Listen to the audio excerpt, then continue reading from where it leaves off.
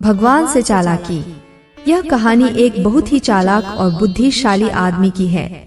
ये चालाक आदमी हमेशा अपना फायदा निकालने के लिए अपनी चालाकी व बुद्धि का गलत इस्तेमाल करता था।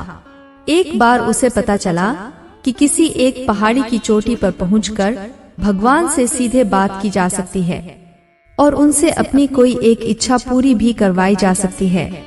वो आदमी किसी तरह उस पहाड़ी की तलाश करके उसकी चोटी पर चढ़ने में कामयाब हो गया और उस चोटी पर जाकर वह चिल्ला चिल्ला कर भगवान को बुलाने लगा।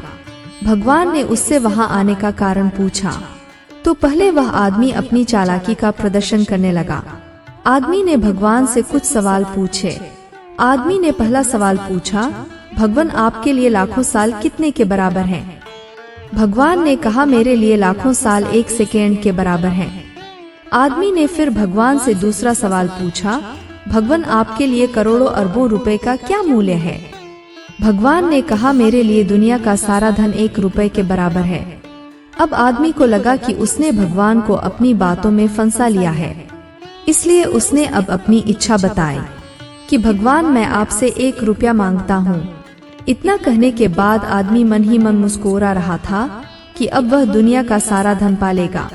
भगवान ने कहा, मैं तुम्हें 1 रुपया देने के लिए तैयार हूँ, लेकिन इसके लिए तुम्हें बस मेरी एक शर्त माननी होगी।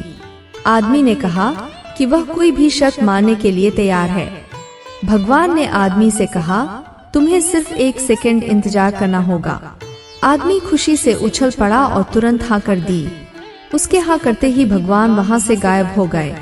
अब आदमी इंतजार करने लगा कि कब उसे दुनिया का सारा धन मिलेगा।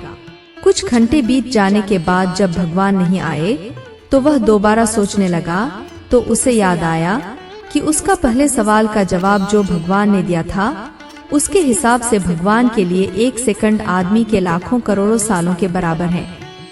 यानी कि भगवान उसे दुनिया की सारी दौलत तो देंगे, लेकिन लाखों करोड़ों साल इंतजार करने के बाद। इसके बाद वह आदमी अपनी चालाकी पर बहुत पछताया और निराश होकर वहां से वापस लौट आया। ये अद्भुत कहानी हमें बड़ा ही गहरा सबक देकर जाती है।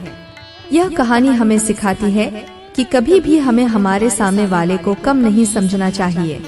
अगर हम सामने वाले से ईमानदार रहेंगे, हम उसके साथ अच्छा ही करेंगे तो हमारे साथ भी अच्छा होगा और हम सामने वाले को जो देंगे वही हमें वापस मिलेगा।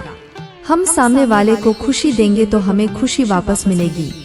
हम उसे दुख देंगे तो दुख मिलेगा। वफादारी के बदले वफादारी और धोखे के बदले हमें धोखा ही मिलेगा। दोस्तों, ये कहानी के बारे में आप अपनी राय हमें कमेंट में बता सकते हैं और अगर आप इस चैनल पर पहली बार आए हैं तो वीडियो को एक लाइक करके अपने दोस्तों परिवार वालों में शेयर कर सकते हैं और इस चैनल को सब्सक्राइब भी कर सकते हैं। वीडियो पूरा देखने के लिए धन्यवाद।